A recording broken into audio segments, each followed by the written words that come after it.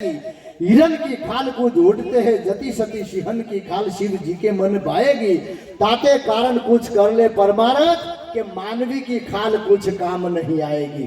माणसનું ચામડું મર્યા પછી કામમાં નથી આવતું। ક્યાંય સાંભળ્યું છે પાડો ચરતો આવ્યો અને ભેંસ માટે ભારો લેતો આવ્યો? લાવે ખરા? પાડા પાડાનું જ કરે અને પોતે પોતાનું કરે ને એ પશુ પ્રવૃત્તિ। આપણા મન પશુમાં કોઈ ફેર નથી। પરમાત્માએ મનુષ્ય અવતાર આપ્યો, જીવન સાર્થક કરવાનો અવસર આપ્યો, પણ માણસની પ્રકૃતિ એક નાનકડી વાત કરતો કે હંસના હંસલી બે આકાશ માર્ગે ગગન વિહાર કરતા હતા।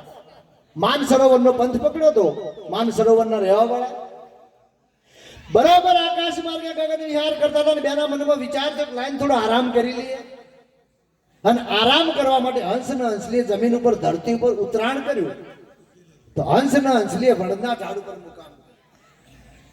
જે વડના ઝાડ ઉપર હંસના હંસલીએ મુકામ કર્યો એ વડનું ઝાડ સુકાઈ ગયું હતું, બાજુમાં સરોવર સુકાઈ ગયું।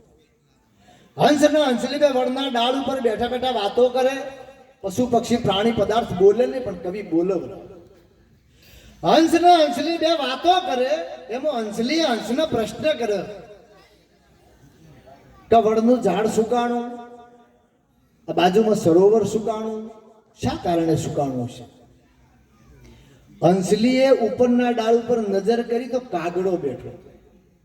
કાગડાના સામું નજર કરીને હંસલીએ કીધું કરત કુશમ ચાહત કુશલ યહી બડો અફસોસ મહિમા ઘટ્યો મહાસાગરનો જબ રાવણ વશો પડોશ। દરિયો મેરામણ સાગર કોદાળ બંધાય નહીં પણ ક્યારે બંધાણો?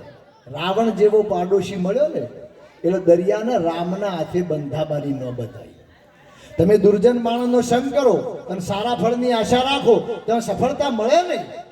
એટલે હંસલીએ હંસને કીધું કે જે ઝાડ ઉપર કાગડા વસવાટ કરતા હોય ને એ ઝાડે સુકાઈ જાય અને બાજુમાં સરોવરે સુકાઈ જાય। કાગડાએ સાંભળ્યું, કાગડાએ વિચાર કર્યો કે મારો કોઈ વાંક ગુનો નિર્દોષ આક્ષેપ મારા ઉપર?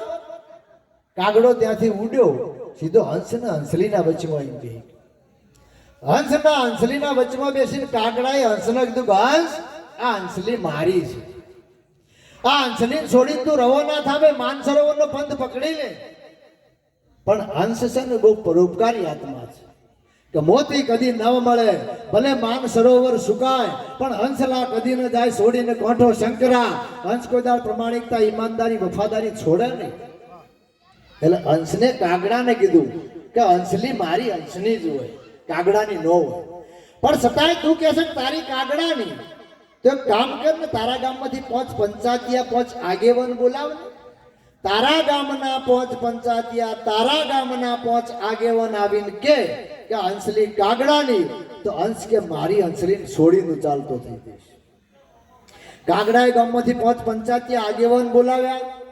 5 પંચાયતિયા આગેવાને વિચાર વિમર્શ પણ કર્યો કે વાત સાચી છે, કાગડાના ઘેર કાગડી હોય, હંસના ઘેર હંસલી હોય, કાગડાના ઘેર કોઈ દળ હંસલી હોય નહીં, કેવી વાત છે।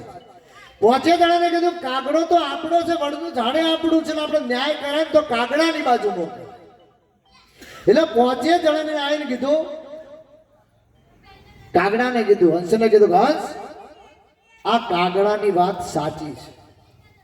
5 આગેવાનોને આવીને કીધું કે હંસને કાગડાની વાત સાચી છે ને હંસલી છે ને એ કાગડાની છે, એને છોડી તું રવાના થાવ, માન સરોવરનો પંથ પકડી લે। આગેવાનોને કીધું એટલે હંસની આંખમાંથી બોર જેવડા આંખો નીકળી ગયા। હે કરુણા નિદાન એ પરમ પિતા પરમેશ્વર આવો તારો અવળો ને।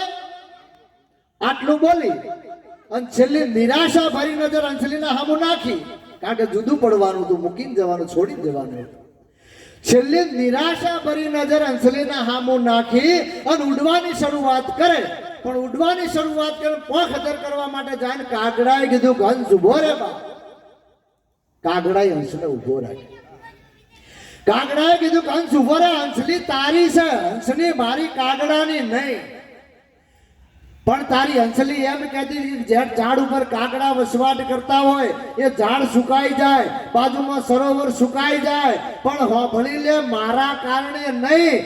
જે ગામમાં આવા પંચાયતો કરતા હોય ને એ ગામના ઝાડના સરોવર હુકાઈ દે, મારા કારણે નથી હુકાણો. આ તો આગેવાનોના કારણે હુકાણો છે ભલામણ.